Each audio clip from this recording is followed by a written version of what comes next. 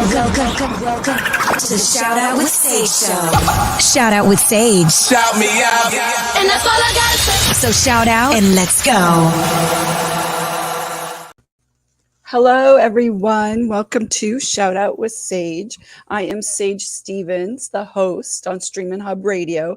And today my guest is a comedian and writer. She has been featured on Netflix as a Joke, the Boston International Comedy Festival. She's a finalist in season 6 of the NBC series Last Comic Standing and has her own half-hour comedy special, The Hanoi Honey, on NBC's Peacock Network.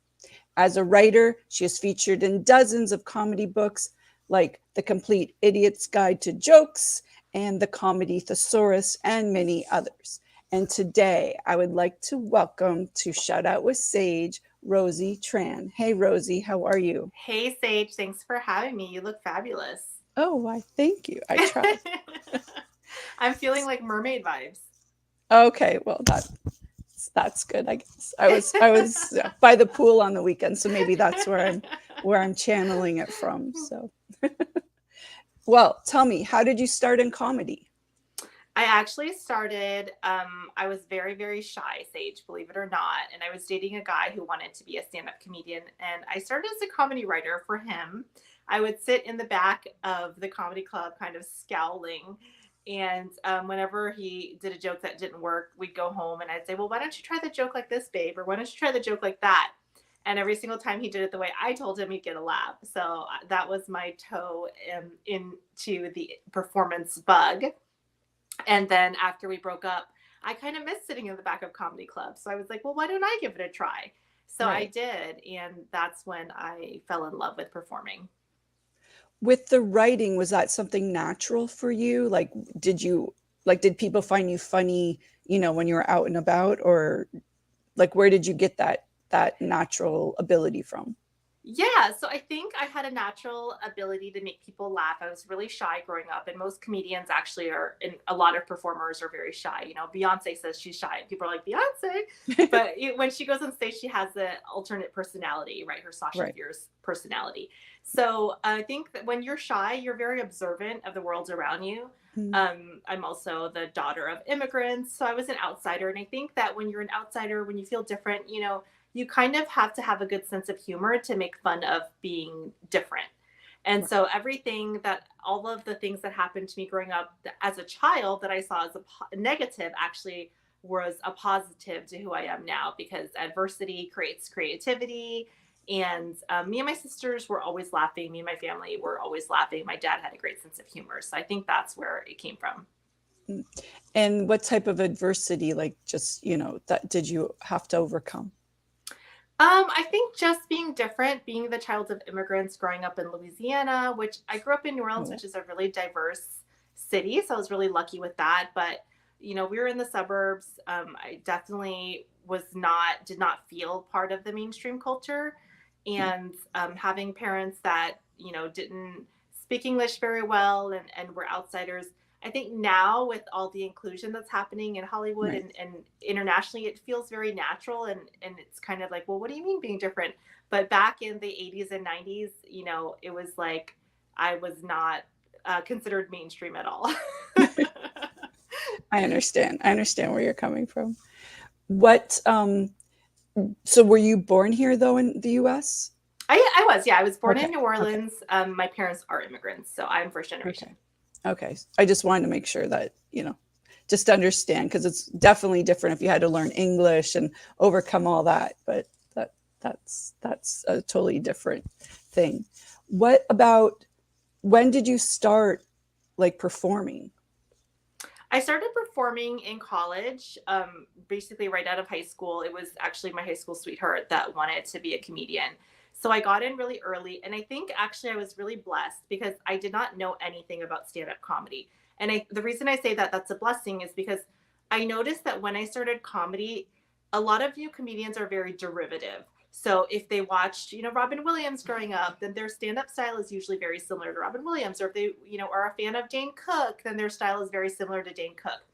And because I grew up in a household where I didn't even know what stand-up comedy was, my family didn't really watch anything like that. I wasn't really allowed to watch stuff like that. I was able to come up with an authentic voice that was just me. And usually that takes a comedian over 10 plus years to develop, because you're finding your voice while you're watching others. And it's really, really common when you see new comics, you know, you can tell immediately, oh, this guy's a fan of Richard Pryor, or this guy's a fan of Chris Rock, because it's very, very derivative. And so I really was blessed because I had no clue what I was doing. And I was just writing things that were funny to me. Right. So even though some people might see it as a handicap that I didn't have that stand-up background, I consider it a strength, because I really was able to say, hey, what's funny to Rosie? And write that. And so even though I'm not, you know, super unique as far as being an eccentric style of stand-up, I think my voice is very unique to me. Right. It's your own view of the world and what your observations are and your opinions of that. So yeah, it's like, I know, yeah, when you watch something on TV, it can influence what you do. So I see how that could affect some comedians as well. Definitely. Yeah. When did you perform for your very first time? Oh my gosh. Mhm.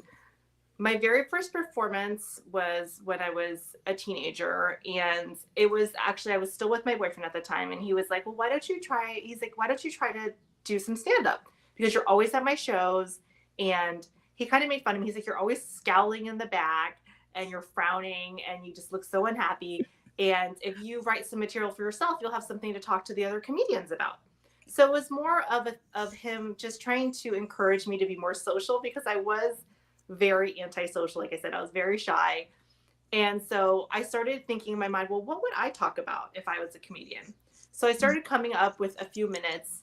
And like I've mentioned several times already on your show, I was painfully shy, to the point where if I would go up to a counter and ask for a napkin, you know, at the food court at the mall, I was like, would turn bright red. And I was so scared to even talk to, you know, the cashier.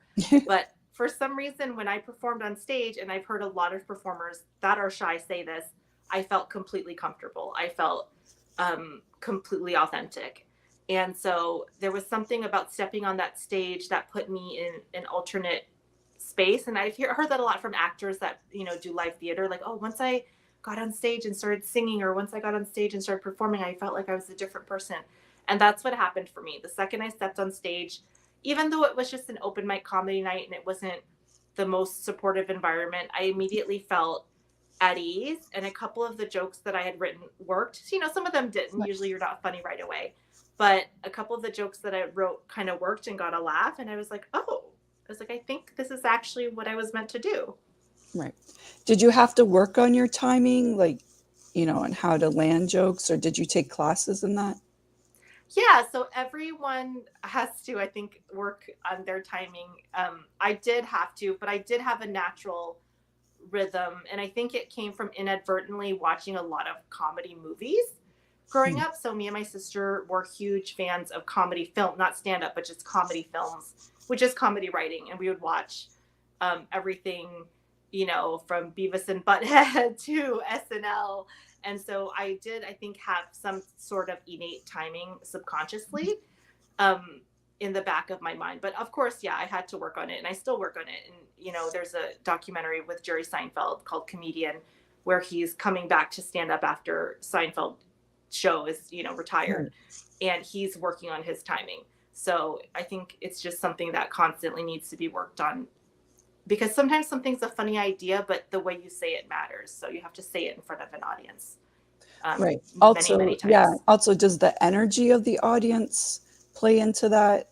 Like, so you have your own timing, but then do you feed off of the audience?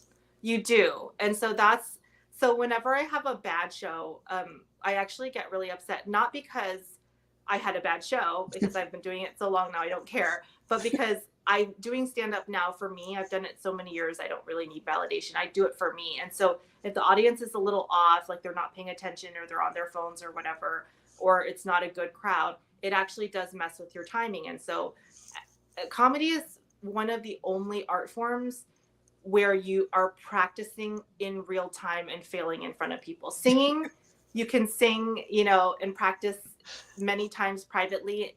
But comedy, you actually need the audience. It's a conversation. You need that laughter to show where your laugh should be or your punchline should be. So that's why I kind of don't like, sometimes comedians have been getting canceled a lot, or they're getting filmed on iPhones and people are putting it up and saying, oh, well, this comic's not funny. And I don't really like that, because we're still practicing. Even Jerry Seinfeld's practicing. We go to the comedy clubs to practice and to get it perfect for our special or for our big show. And so when people record you kind of without your consent, you know, from an iPhone, or post online and say, well, this person is being offensive, sometimes we don't know it's offensive. And I know that's hard for people to understand. Say, well, how can you not know something is offensive? Well, we're practicing our stand-up. And we need that audience interaction to know if it's offensive or to know where it goes. Because sometimes something's funny in your mind and it's like not that funny to other people. Yeah, exactly. I mean, we've all said things that we thought were like, you know, brilliant or funny or whatever, and then other people are looking at you. Yeah, that wasn't so good. That wasn't that funny, or that wasn't appropriate. And so we actually need the audience. It's a conversation. And so I really don't like, I'm okay with someone, you know, getting canceled if they're being really hateful and offensive. But when comics are being canceled for what they say, I actually don't like that, because we need to work it out to see if it's funny. And so I think it's kind of taken out of context, and it's really hard for someone who's a non-entertainer to understand that sometimes. Yeah. But I also think comedians, I think part of the job of being a comedian is commenting on society and making those observations. And maybe not everyone will agree with you, or you'll be coming from a different standpoint. But then again, there is a fine line between, you know, the hate speech and all that. Like it is, you know, it's just hard to, you know, walk that line, I'm sure. Yeah, it is hard to walk that line with everything. And also the mood can change. I think that right now a lot of people are hyper aware. I've been doing stand-up for 20 years. I've never in my 20 years of stand-up been considered an offensive comic by any stretch of the imagination. And I think in the past 2 years since we've been coming out of COVID, people are still nervous to laugh at things, or the world has just changed so much that I think that people are getting used to live performance again. Right. We've all been, you know, shuttered in and not used to being around other people and having that interaction. Do you have an agent or a manager? Like I know you have a comedy special. How did all that come about for you? I do have an agent and a manager. My comedy special actually came about through just being in the industry for so many years. I had been on a podcast with another comedian who was a good friend of mine. He's pretty established. He's been in the industry for probably 25 years and has several specials in Comedy Central. And the podcast that we did together, one of the producers of that podcast produced my special. So I would say it's from connections, but I would also say that those connections were hard earned, because I've been in the industry for so long, working so hard. So. Right. Speaking of that, so networking is really important for a comedian, just in general. I think networking is really important in the entertainment industry. It's really hard because when you first move to Hollywood, people say, well, it's all who you know. It's all who you know. And then you're scratching your head because like 80% of the people you meet are in the industry. So you're like, I know all these people in the industry, right? Like everyone I know is in the industry almost. It's like no one's helping me what's going on. But I would say that it does matter who you know, but it also matters what you're working on, and timing is really important.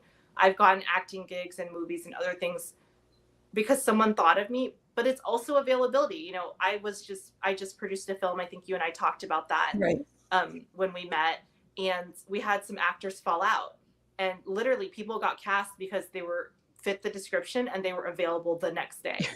And it sounds crazy that would be the requirement, but you would be surprised how many people were not available. You know, our casting department called so many actors last minute, and so many people just were not available. And so now there's people that are in a, you know, feature film. It's an independent film with, you know, Bai Ling, who's an international star, a big star in China, and has been in Oscar nominated films. She's our star. because they were just available and they knew us and they knew casting and they knew the producers. And we definitely called people that were talented. It wasn't like we called any random person off the street, but they got cast because they were available. Hey, you're walking, come here. Yeah. But sometimes that can happen. Right. That actually can happen. And that is just sheer luck. But I mean, the people that we did call were people that we knew that were talented, and they happened to be available. So I think that is how networking is important. It's not as direct as you would think. You know, there's so many things that I've gotten or things that I've helped others with that it just knowing them for years and years and knowing that they're talented. Right. That's happened to me as well. Like I've, known someone for many years, and all of a sudden, I texted them to say hi. And then a couple days later, they text me, hey, we need someone. Are you available? Yeah, I'm available. Okay, here you go. I'm like, okay. Yeah. So, and I know it's frustrating for outsiders. Like, how did you get that? But it's just, I'm a big fan of, Naval Ravikant. He's a venture capital guy, but he also does a lot of philosophy stuff on Twitter and online. And one thing he says that everything in life is compound interest, and it's not just money, it's relationships. So you might know someone and then that relationship compounds over years and years and years. And of course they're going to trust you when they, of course they're going to trust Sage. Hey, I've known Sage for 10 years and I know she can deliver, and I know she's not going to show up on set drunk and crazy and screaming and whatever. Darn it. And so that's the most important thing, because we had actors for our film show up late or show up unprofessional. And so you would think this is such a big opportunity for so many people. Why wouldn't they take it serious? But a lot of people don't. And so, well, they also self-sabotage, or, everyone has their own stuff going on. So it might not. And then some people just are irresponsible, but. So I think life is that compound interest of relationships, and it compounds over time where, hey, I've worked with Sage before. I know she's trustworthy. I know she'll get it done. She's professional, whatever. And professionalism is actually the most important thing, because talent is not as much. And I've been in a casting session with other actresses that are so insanely beautiful and so insanely talented that I should just pack up my bags and go home. But some of them are still not around, because it's a game of tenacity, and it's a game of there's all sorts of things involved. Right. So speaking of tenacity, like, do you feel like grit and just, getting up there every day and just, having a goal in mind, has that helped? Like, that's what it's taken you to get this far? Yeah. So I think tenacity and also blind ignorance. And what I mean by that is, when I started, now there's quite a bit. I think I met you at an Asian American comedy benefit. Yeah. So there's quite a bit of Asian Americans and there's quite a bit of women. But even when I started, 20 years ago, there was not as many women and there was not as many Asian Americans. And it definitely was a boys' club, a white male boys' club, which is a lot of Hollywood. And I didn't know that I couldn't do it. I really think that is a lot of young naivete and just ignorance. I just kept going, not because I was so driven, but because I really had no one telling me. I mean, I had people telling me no, but I was just so naively optimistic. And I think that actually was a benefit to me, because I know so many people that have quit Comedy Sense or quit the entertainment industry because they got discouraged. And I think that had I had a little bit more tenacity and a little bit more grit and understanding of the industry, I actually would be a lot more successful. But what I did have going for me was a blind ignorance and a little bit of delusion. And I think some people, will come to Hollywood and people are like, oh, they're delusional, they're not talented at all. But I never discount those people, because I think in the beginning, you have to be a little bit delusional. You're leaving your house and home and family and friends. I think a little bit of delusion. A little bit is good. You wouldn't be here if you weren't a little, I think a little bit of delusion, a little bit of ignorance served me. And I think actually that's good for many people, because to leave your house and home, to leave your family and friends and go follow a dream, you need that little bit of delusion. And I think it's good. I think it's too much delusion where that's not good. Again, another fine line. Another fine line, right? Between Another crazy and fine line genius. to walk, definitely. What are you working on now? And let us know where we can find it. Yeah, so right now I'm just working on my first feature film that I produced and co-produced and co-wrote, which I told you about when we met. And it's a horror comedy called House of Karma. And hopefully it will be on the streaming networks. We're in talks right now, which I cannot discuss. But it's starring international star Bai Ling. And we have a TikTok star, Nila Jolene, who is the lead. And she's absolutely amazing. She's 16 years old and she's going to be a star. She's really, really fun and a great actress. It's a teen comedy, romance, horror. And it's super fun. So we're in post-production right now, and like I said, we're in talks to have it released. I don't think it's going to be a theatrical release, but it may be on streaming. So it's called House of Karma, and it was super fun, super positive experience, and I'm really excited about that. And of course, people can check out my comedy special, The Hanoi Honey, on NBC Peacock, or if you go on my Instagram, Out of the Box Rosie, or Twitter at Funny Rosie, then I have a link tree with all of my links. Great.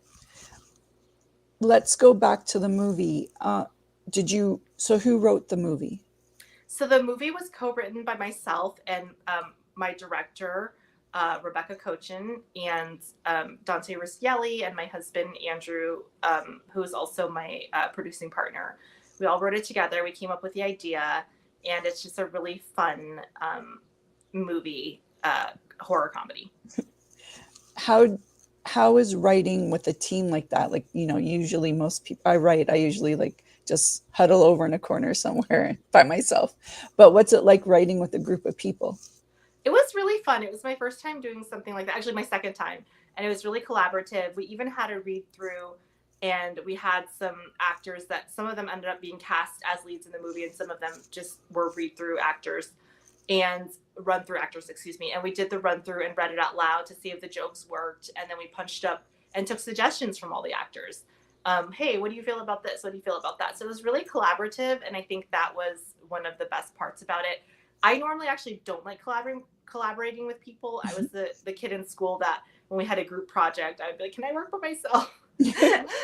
But when you're working with a really fun team, it can be really fun. So I think that just from the beginning, it was just a great experience.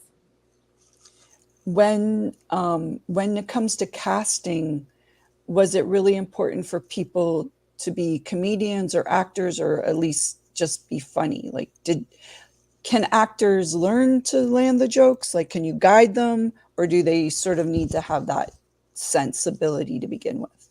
So I'm going to answer your question, but in a roundabout way. So the most important thing, believe it or not, Sage, believe it or not, is being professional.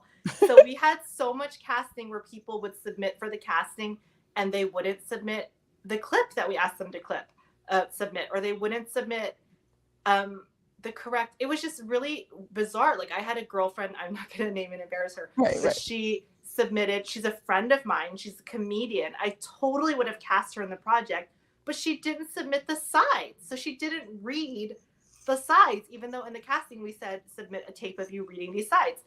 So things were moving so fast, and we have investors and other people that we're beholden to. So we just had to move on.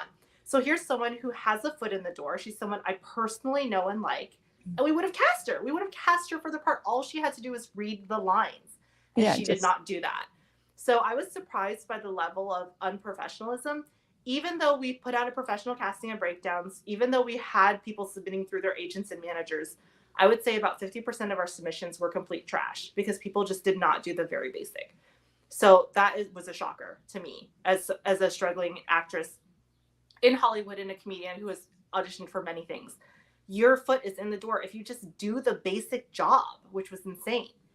So that was that, to answer your question about casting. But I think people needed to have a little bit of comedic timing. Our comedic lead is an improv and comedic actress, but I don't think it's necessary. I do think people can learn it, but I would recommend taking a basic comedic acting class if you're not familiar with comedic acting, because there is some timing to it. Right. Where do you see yourself, like, in 5 years? Where will we see Rosie Tran? I hope to have my second special out. I'm already working on it. I thought that my first special, it took me 20 years to record it. And I thought, it's going to take me another 20 years to record a second one. But after I recorded my first special, it was like a release, I guess. Mm-hmm. And all of that material, once it was out of my head, all this new material came in, which was really shocking to me. I thought it was going to take me forever to write another special, but I'm coming up with new jokes almost every day. So I think the storage needed to be cleared out. You need to make room for new files. Exactly. And so I think I will have a new special in the next year or two. And then hopefully, I loved producing. So hopefully I will be trying to produce a film once a year.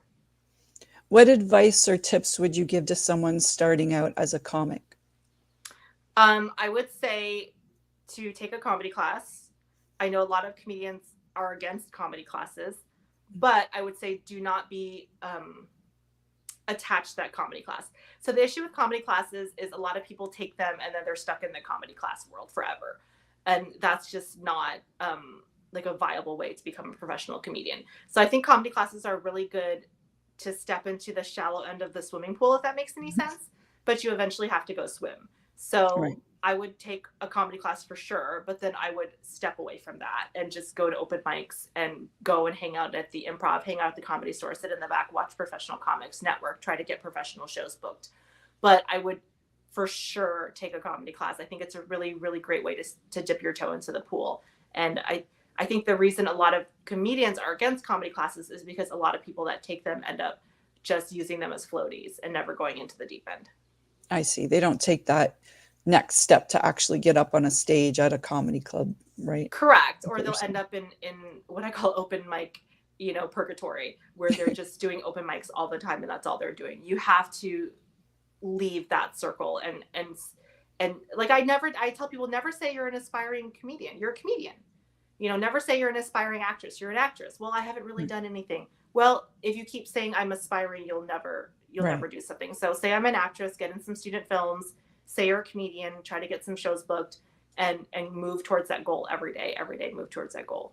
Right. You have a little bit of delusion. Right. No. Some of my friends still call me aspiring and go, I've been paid. So if I got paid for acting, I'm an actor. I got paid. Someone actually paid me. If you've been paid, you're an actor. If you perform, even if you perform you for free and it's something that's been on tape, you're an actor. I don't believe it's like being pregnant. You're pregnant or you're not. You can't be half pregnant. So I don't believe in the aspiring. I think that is a kind of a I totally agree with you. Yes. Yeah. Totally agree with you on that. Where can we find you on social media? So I'm on Instagram at Out of the Box Rosie, and that's because I have a podcast called Out of the Box Podcast with Rosie Tran. And then I'm on Twitter and Facebook at Funny Rosie, and I'm not on TikTok or any of those other platforms. There's too many platforms. Yeah, you can't do it all. You can't do it all. And do you have any shout outs before we go? Has there anyone that's been really instrumental in helping you achieve the success you have?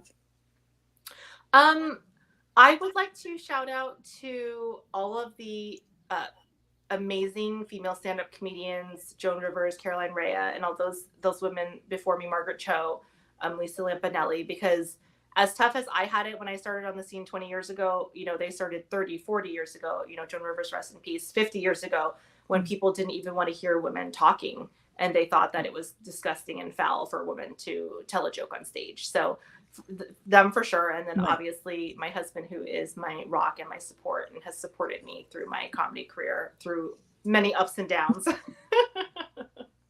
And my producing partner who helped me produce the film. So he's an amazing person. Cool. Very good. Well, I want to thank you so much for being on Shout Out with Sage today. I appreciate it. And I'm sure I'll see you at a comedy show soon somewhere. And thank you, everyone, for joining us today on Streaminn HUBB Radio. I'm Sage Stevens. Thank you. See you next Wednesday at 4. Thanks, Rosie. Have a nice day. Thanks, Sage. Cool. Okay. Bye-bye.